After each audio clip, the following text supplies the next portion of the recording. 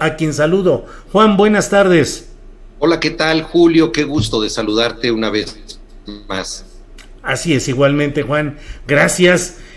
Con mucho gusto, Juan, y atentos además, pues a lo que sucede en este tema que ha sido denunciado por el zapatismo respecto a las trabas, algunas de ellas iba a decir inexplicables, pero por otro lado muy explicables en el contexto de racismo y discriminación que hay en México para el otorgamiento de pasaportes. Pero con este tema como un procedimiento administrativo, ¿qué es lo que hay de fondo? ¿Qué es lo que ves? ¿Qué es lo que señalas? Juan, por favor.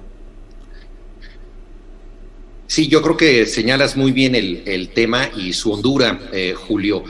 Hace unas horas apenas, antier, un colectivo del que formo parte, que tenemos una página que se llama Camino al Andar, dimos a conocer información que nos pasaron las comunidades zapatistas sobre la dificultad que han tenido para obtener pasaportes. Esto tuvo enorme resonancia en redes gracias a la solidaridad de muchísimas personas, se convirtió en trending topic y el presidente retomó el asunto en la mañanera y como bien el asunto puntual de los pasaportes pendientes parece en vías de resolverse, pero fondo hay algo mucho más fuerte, que es la discriminación y el racismo estructurales que sufren las comunidades indígenas, porque el problema concreto es el siguiente. Presentaron 38 personas todos los documentos en regla para obtener pasaportes en Chiapas y 2 personas para obtener pasaportes en la Ciudad de México. Teniendo todos los documentos, fueron rechazadas con argumentos de que no son suficientes documentos o de que tienen una fecha que no debe ser la correcta, en fin, con subterfugios que esperamos, así lo ha prometido el secretario de Relaciones Exteriores, se resuelvan pronto. Pero aparte, hay 457 personas, tanto de comunidades zapatistas como del Consejo Nacional Indígena, que desean acompañar el viaje a Europa, y estas 457 personas carecen de actas de nacimiento. Esto es algo verdaderamente escandaloso, porque les cuesta mucho trabajo acreditar que son mexicanos. Hay toda una franja de la población para la cual es muy difícil hacerlo, porque si tú no registras a una persona en los primeros 10 años de nacida, su acta de nacimiento se considera extemporánea, tiene problemas, y la manera de documentar que tú perteneces a una comunidad es obtener un papel del municipio, pero muchos de esos papeles municipales no son reconocidos por las autoridades del registro civil. Entonces, las comunidades indígenas se encuentran ante esta situación terrible de no poder demostrar que pertenecen al país. Es algo escandaloso que los menos favorecidos no puedan ser tratados ni siquiera en términos de papeles como el resto de la población. Eso es lo que está de fondo, es lo que se ha transparentado en este ejercicio de las comunidades zapatistas. Ellos no quisieron acudir a algún tipo de apoyo especial, fueron por la vía normal y esto les fue rechazado. Entonces es lo que está de fondo, y el asunto compete también a la Secretaría de Gobernación, porque es quien acredita quiénes son mexicanos y quiénes no lo son. Que está, Juan Villoro, supongo que esto está inscrito pues en la campaña permanente que hay en el sur, en el sureste de nuestro país, para tratar de detener el flujo de centroamericanos, de personas que no son nacidas en México y que buscan entrar al país aquí y cruzar hacia Estados Unidos. Aquí el punto está en que a estas 495 personas tienen documentos de municipios del área zapatista, municipios de fuera de ella. ¿Cuál es la situación documental? Sí, efectivamente, algunos tienen documentos de las juntas de buen gobierno del área zapatista que no les son reconocidos, pero otros también tienen documentos de distintos municipios que tampoco les han sido reconocidos. Y ahí tú tocas un tema central. Esto se inscribe en la política de México y los Estados Unidos. Recordarás, Julio, que en el primer encuentro entre el gobierno de Donald Trump y el de Andrés Manuel López Obrador se hizo una especie de canje en donde Trump dijo que ya no subiría el 10% a los aranceles de los productos mexicanos si a cambio de eso México se hacía cargo de controlar la frontera e impedir las migraciones. Este canje convirtió una amenaza económica en un requisito migratorio. México aceptó y se convirtió de facto en la patrulla fronteriza. Donald Trump no acabó de construir su infame muro, pero de alguna manera el país entero quedó convertido en este muro protector que debe contener la migración. Y es por ello que muchas de las anécdotas, de manera absolutamente escabrosa, tienen que ver con la situación de que a la gente le dicen: demuéstrame que no eres guatemalteca. O sea, no solamente se trata de demostrar que eres mexicano, sino de demostrar que no eres centroamericano. Entonces, el subterfugio para no conceder actas, es decir, no tengo suficiente información y se nos van a colar centroamericanos como mexicanos pirata, como presuntos mexicanos. Lo que está de fondo es un desconocimiento que tenemos de nuestra propia gente, de nuestra propia realidad. Urge que se regularice a todo mundo que vive en este país como mexicano. Por eso decía yo que el asunto compete también, y quizá de manera más importante, a la Secretaría de Gobernación, porque ese es el prerequisito, tener un acta de nacimiento para después poder solicitar un pasaporte. Juan, pues el asunto administrativo al menos ha llegado al propio presidente de la República, quien ha dado instrucciones para que se atienda y esperemos que se resuelva. Pero más allá de este procedimiento administrativo, Juan Villoro, ¿qué va a significar esta gira y esta visita de delegaciones zapatistas a Europa y probablemente a otros continentes? En este momento político, ¿cuál es el mensaje o te diría la intención política? Lo digo legítimamente. ¿Cuál es la intención política de este viaje?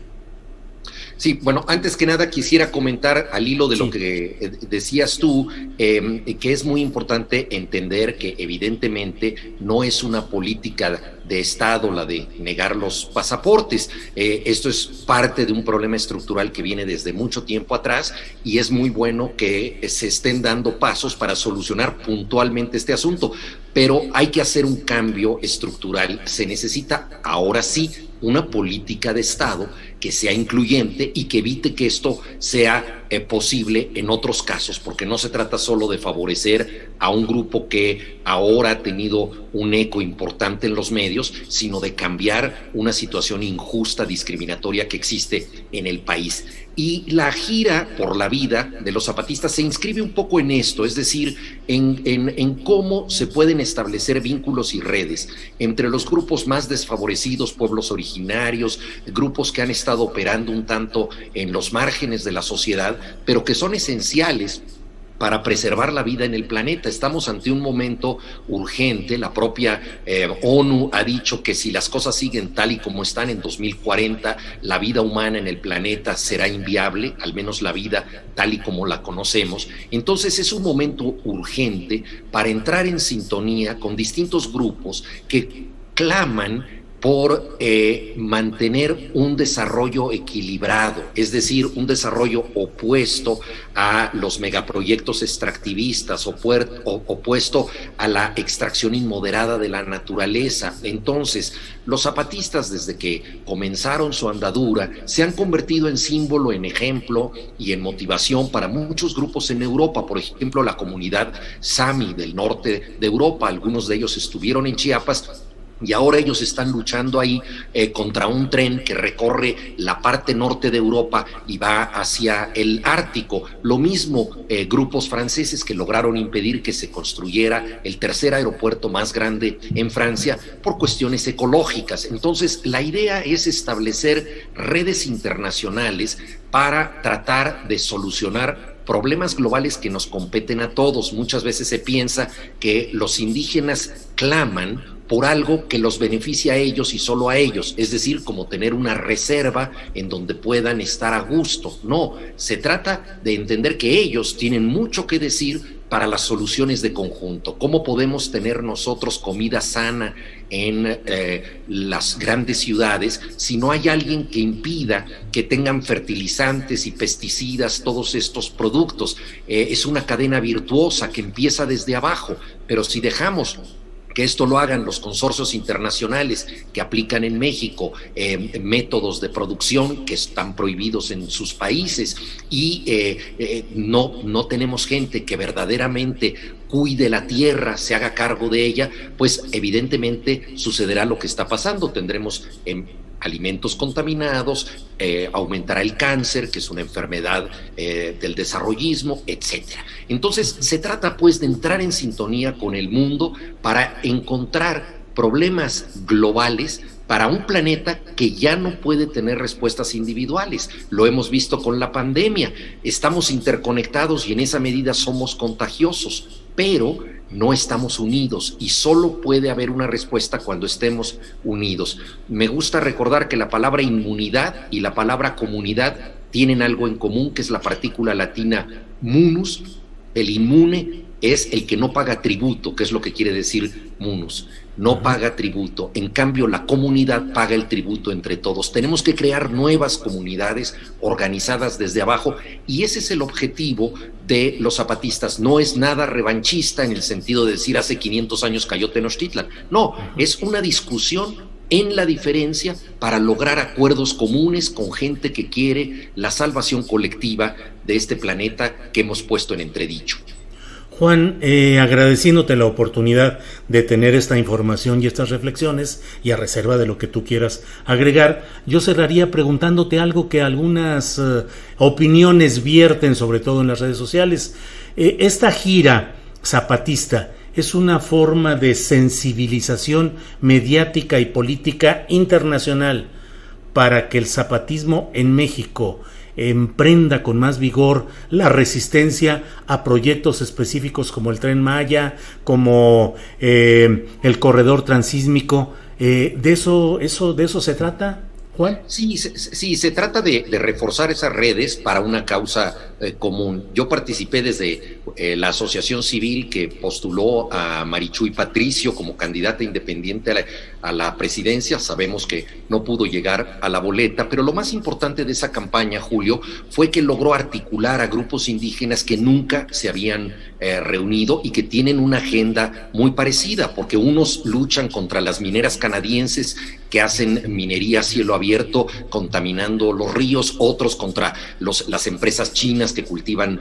jitomates, etcétera. Son problemas locales, pero todos con planteamientos comunes. Y esto se puede extender al resto del planeta. Entonces, efectivamente, ciertos proyectos desarrollistas que hay hoy en día en México, totalmente delirantes, que solamente beneficiarán a consorcios internacionales o a energías sucias como Dos Bocas o el Tren Maya, pues evidentemente se trata de establecer vínculos, de compartir estrategias y de entender que globalmente hay el mismo problema. Por eso hablaba yo del aeropuerto en Francia o de este tren que corre por el norte de Europa o que pretende hacerlo. Entonces se trata justamente de ampliar las posibilidades de lucha en un momento que ya inevitablemente debe ser global. Los zapatistas lo han demostrado muchas veces, haciendo incluso reuniones intergalácticas, te acordarás, Julio, y entonces su vocación no es una vocación regionalista. Ellos han dicho un mundo en el que quepan muchos mundos. Esa pluralidad es la que creo que nos beneficia a todos en la diferencia. No se trata de que seamos iguales, se trata de que podamos convivir comunitariamente entre todos, y esto compete a la agenda global. Ya no es un tema de un solo país, de modo que este contraviaje, ¿verdad?, 500 años después de la caída de Tenochtitlan, tiene simbólicamente eso. Es un viaje donde la mayoría de los tripulantes de los que fueron en barco son mujeres, alguien que no tiene definición binaria, ¿no?, y dos varones. Esa multiplicidad es un poco la que apunta a una sociedad, a una comunidad por venir. Juan, pues muchas gracias por esta información, por el contexto y por la reflexión sobre estos temas. A reserva de si deseas agregar algo, hacer algún señalamiento, con toda confianza, Juan. No, Julio, muchas gracias a ti por el espacio. Creo que es muy importante que mantengamos la presión sobre estos temas, porque las cosas no se solucionan de un día para otro y no basta con que algún asunto se resuelva con tramitología para cambiar la realidad. Lo que debemos hacer es tratar de luchar por un país mucho más incluyente, en donde nadie tenga que estar batallando en una oficina para demostrar que es mexicano. A algunas personas les pidieron incluso que cantaran el himno nacional como una prueba de nacionalidad. Es una situación totalmente ridícula. No estaremos completos hasta que no tengamos todos los mexicanos los papeles que merecemos. Juan, muchas gracias por esta ocasión. Buenas tardes. Gracias. Gracias a ti.